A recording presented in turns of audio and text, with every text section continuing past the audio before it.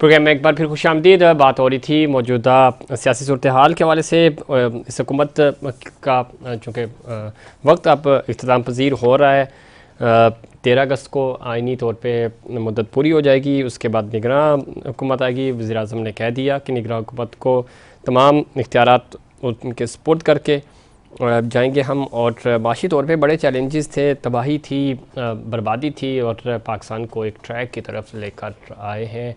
Economy अब बेहतर हो गई है, IMF के साथ डील हो गई, पहली किस्त भी आ गई।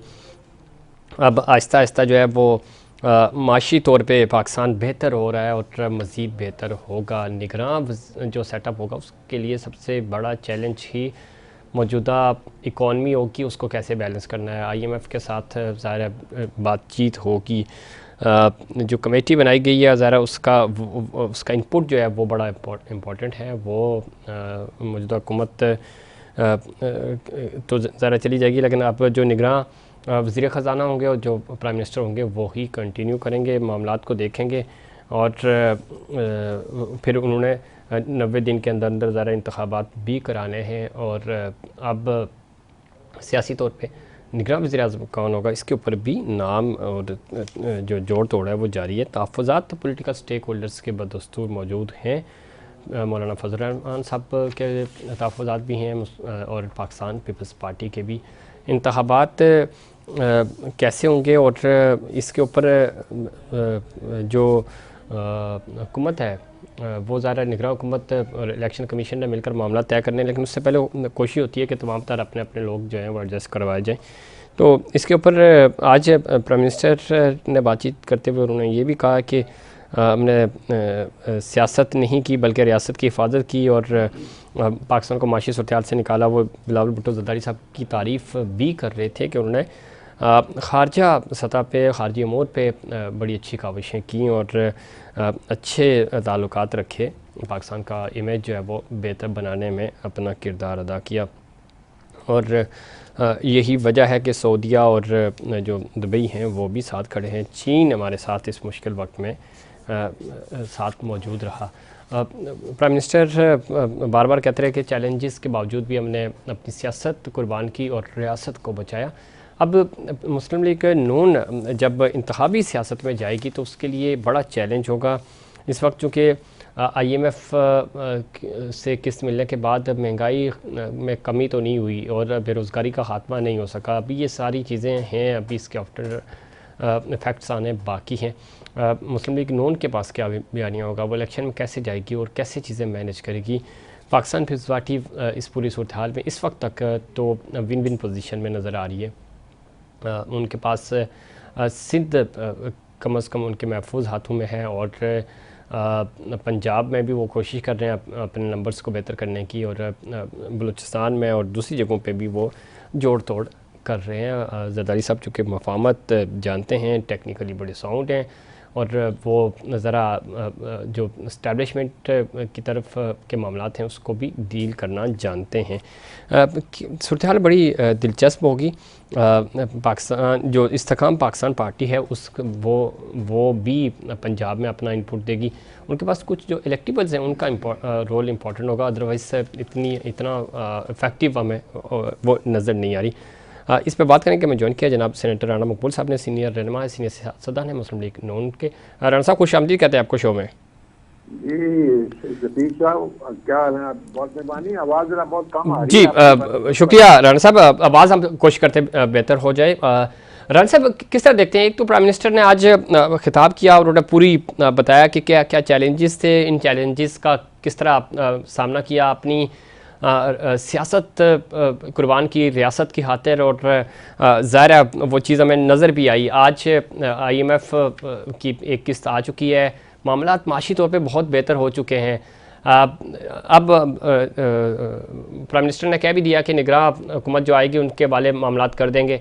तो आपको लगता है कि अब ज़रा मुद्दत तो अब पूरी हो जाएगी, असम्बली जो है वो 13 अगस्त को ही डिज़ोल्व होगी, उससे पहले पाकिस्तान पीपल्स पार्टी ने प्रपोजल दिया था कि 8 अगस्त को डिज़ोल्व होनी चाहिए।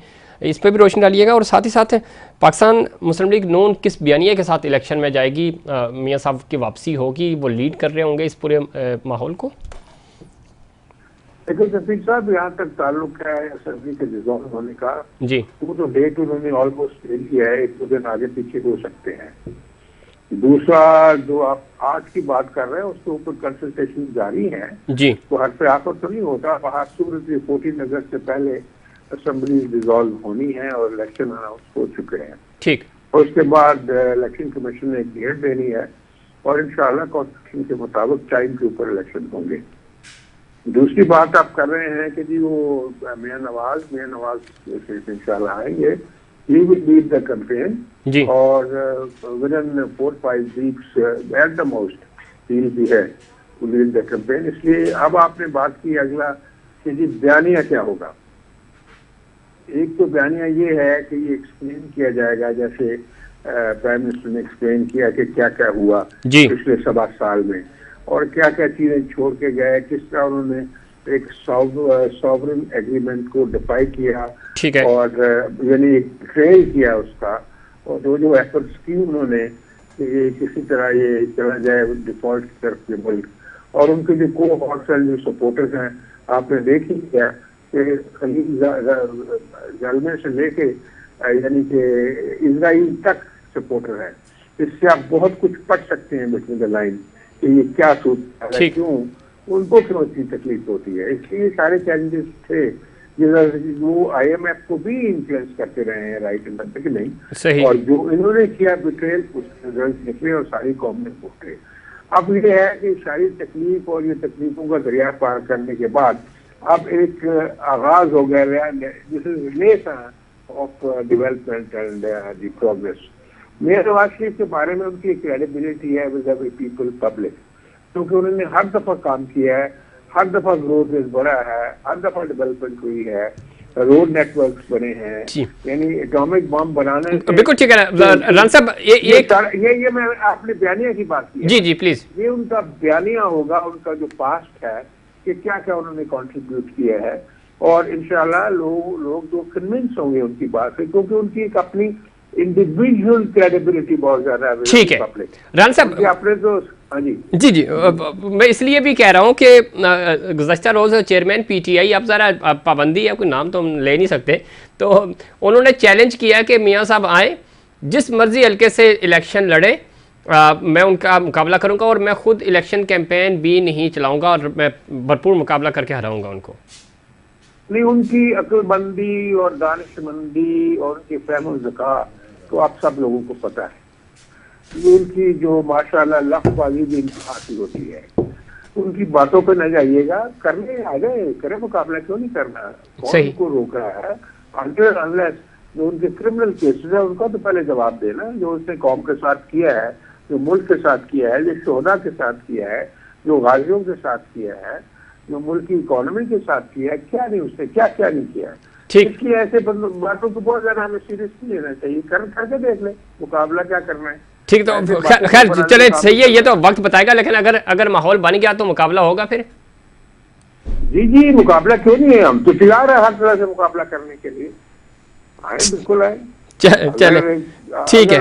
अच्छा इजाजत देती है जरूर बिल्कुल। अच्छा दूसरा ये कि एक चीज़ बड़ी इंपॉर्टेंट है राना साहब, चूँकि इंतखाबात तो होने हैं, अब क़यास राइयाँ भी हैं, आपको पता है कि रूमर्स भी चलते हैं, अब मैं उनकी तफसीलात पे तो नहीं जाऊँगा, लेकिन एक चीज़ बड़ी इंपॉर्टेंट है कि 2018 के इलेक्शंस ROs के इलेक्शंस कहा जाता है, आप भी इल्ज़ाम बल्कि सारे ही लगा रहे थे इल्ज़ाम, अब तो PTI वाले भी कहते हैं कि हमारे साथ ज़्यादती हुई, तो कोई इस तरह का कोई बातचीत हो रही है कि इस्लाहात इस तरह कर दी जाएँ कि चलो कम से कम इलेक्शंस जो भी हों उनके जो नताइज हों वो काबिल कबूल हों, 2018 की तरह उसके बाद फिर एतराज़ात ना उठें। ये देखें, बहुत सारी जो है प्रपोजल डिस्कस हो चुकी हैं और हो रही हैं, और 2-3 दिन में सारी प्रपोजल फाइनलाइज हो जाएंगी और वो लॉ की शक्ल इख्तियार कर देंगी। आपको ये भी इल्म होगा कि अकाउंटेबिलिटी जो है पोलिंग स्टाफ की और प्रिजाइडिंग ऑफिसर की, जो would hunt with the hound run with the hare जैसे वो करते थे, जैसे दस्का के इलेक्शन में हुआ कि 20 प्रिजाइडिंग ऑफिसर गायब हो गए। या ये है कि लोगों को इजाजत दे दी प्रिजाइडिंग ऑफिसर ने कि आके वोट डालना शुरू कर दें जैसे हुआ है पहले, तो इसलिए उनके ऊपर भी कदगन लग रही है, तो उनकी सजाएं भी बढ़ाई जा रही है ताकि प्यूरिटिव एक्शन भी हो और एक पूरा स्ट्रिंजेंट कंट्रोल हो ओवर द इलेक्शन। इसकी बड़ी रियलाइजेशन है और इसके ऊपर काम हो रहा है। 2-3 दिन में सारा जो है मेरा ख्याल एक लॉ के पैकेज की सूरत में आ जाएगा आपके सामने और इन चीज़ों को एड्रेस किया जा रहा है। ठीक है, ये तो बड़ी अच्छी बात है। दूसरे तहफ़्फ़ुज़ात भी थे मौलाना फजल रहमान साहब के भी, वो तो प्राइम मिनिस्टर मिले उनसे, तो अब मामला ठीक हो गए कोई? हेलो जी जी राना साहब, मैंने कहा मौलाना फजल रहमान साहब के तहफ़्फ़ुज़ात थे। जी बिल्कुल ठीक हो गया। एक्चुअली वो थोड़ा सा हो गया, लेकिन हम लोगों ने उनको कहा कि देखे मौलाना एक इन्फॉर्मल सी मीटिंग की, इसमें कोई फैसले नहीं हुए, कोई फैसला आपके कॉन्सेंट के बगैर नहीं होगा। आप प्रेसिडेंट हैं और मियाँ साहब तो मौलाना फजल रहमान की बहुत ज्यादा इज्जत करते हैं, बड़े मियाँ साहब। ठीक। और मैंने भी कहा उनके दोस्तों को, जैसे हमारा वो सेनेटर साथी है कामरान मुर्तजा आलम को कहा, मैंने कहा जब होगा तो मियाँ ये मौलाना फजल रहमान ही मेरे महफिल होंगे, आप इस वहम में न पड़े।